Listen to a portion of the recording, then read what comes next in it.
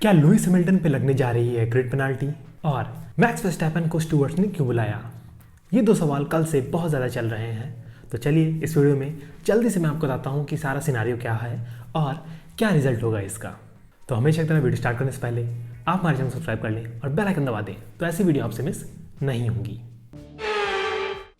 तो जैसे कि आप लोग जान रहे हैं, कल के रेस में मर्सिडीज़ की पेस बहुत ही भयंकर थी और इसके बहुत से रीज़न थे, जिसमें पहला रीज़न ये था कि वो ब्राज़ील का ट्रैक फास्ट सर्किट ट्रैक है, तो जहाँ पे मर्सिडीज़ को अपर हैंड है।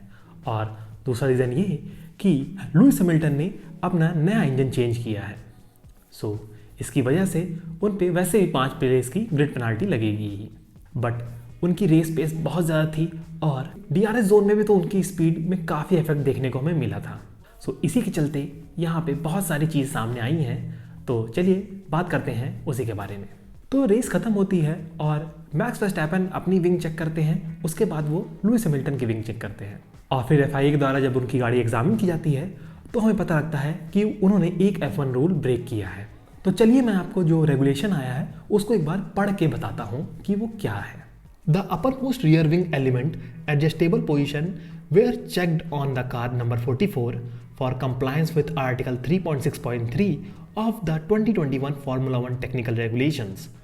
The requirement for the minimum distance was fulfilled, but the requirement for the maximum of 85 mm when the DRS system is deployed and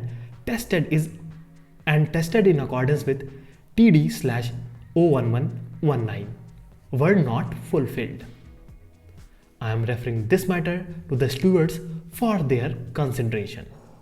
So article number 3.6.3 F1 regulation के according जो DRS की minimum requirement होनी चाहिए flap की, वो तो Lewis Hamilton की गाड़ी में फुलफिल थी, बट जो मैक्सिमम जो रेगुलेशन होनी चाहिए जो कि होती है 85 mm की, यानी कि 8.5 सेंटीमीटर की, वो उसमें कुछ दिक्कत थी। सो इसी की वजह से उनकी गाड़ी को अभी अंडर इन्वेस्टिगेशन रखा गया है और उस पर कार्रवाई हो रही है। सो इसके परिणाम ये हो सकते हैं, अगर लुइस हैमिल्टन दोषी पाए गए या फिर उन्होंने पार्क फर्मे के बाद अपनी गाड़ी में कोई चेंजेस किए और पार्क फर्मे वहीं से ख़त्म हो जाता है जब क्वालिफाइंग में गाड़ी ग्रिड से निकल जाती है। उससे पहले आप चेंज कर सकते हैं, लेकिन ग्रिड से निकलने के बाद पार्क फर्मे के बाद आप गाड़ी में चेंजेस नहीं कर सकते।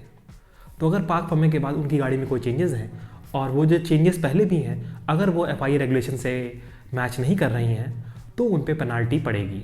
हो सकता है उन पे जो पेनाल्टी पड़े वो या फिर ग्रिड में लास्ट से स्टार्ट करें, या फिर उन पे जो वो दूसरी पेनाल्टी होगी वो होगी पिट लेन स्टार्ट वाली। सो ये तो अभी देखना बाकी है कि उन पे क्या रिज़ल्ट आता है, और वो रिज़ल्ट कल सुबह आ जाएगा ब्राज़ीलियन टाइम के अकॉर्डिंग, सुबह रेस से पहले। बट स्प्रिंट रेस में कोई चेंजेस नहीं होंगे, वो अभी भी फर्स्ट पोजीशन से ही स्टार्ट करेंगे। तो अब आते हैं दूसरी चीज़ पे कि मैक्स वर्स्टैपेन को स्टुअर्ट्स ने क्यों बुलाया। सो क्वालिफाइंग के बाद मैक्स वर्स्टैपेन अपनी गाड़ी से उतरते हैं, उसके बाद वो अपनी विंग चेक करते हैं और उसके बाद वो लुइस हैमिल्टन की भी विंग चेक करते हैं। तो शायद वर्स्टैपेन ने ही कुछ स्टुअर्ट से कहा हो या फिर ऐसा कुछ उन्होंने कंप्लेन की हो, तो इसकी वजह से उनको बुलाया गया हो, वो इंस्पेक्टर सब बनने की कोशिश कर रहे हों।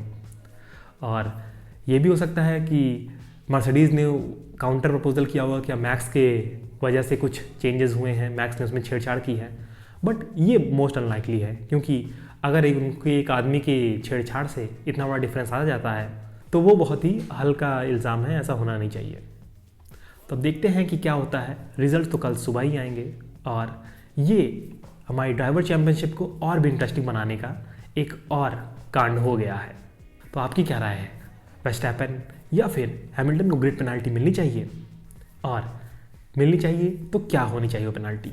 आप हमें कमेंट सेक्शन में बताएं। और अगर वीडियो पसंद आया हो तो इसे लाइक करें और चैनल सपोर्ट के लिए सब्सक्राइब बटन और बेल आइकन दबा दें। धन्यवाद।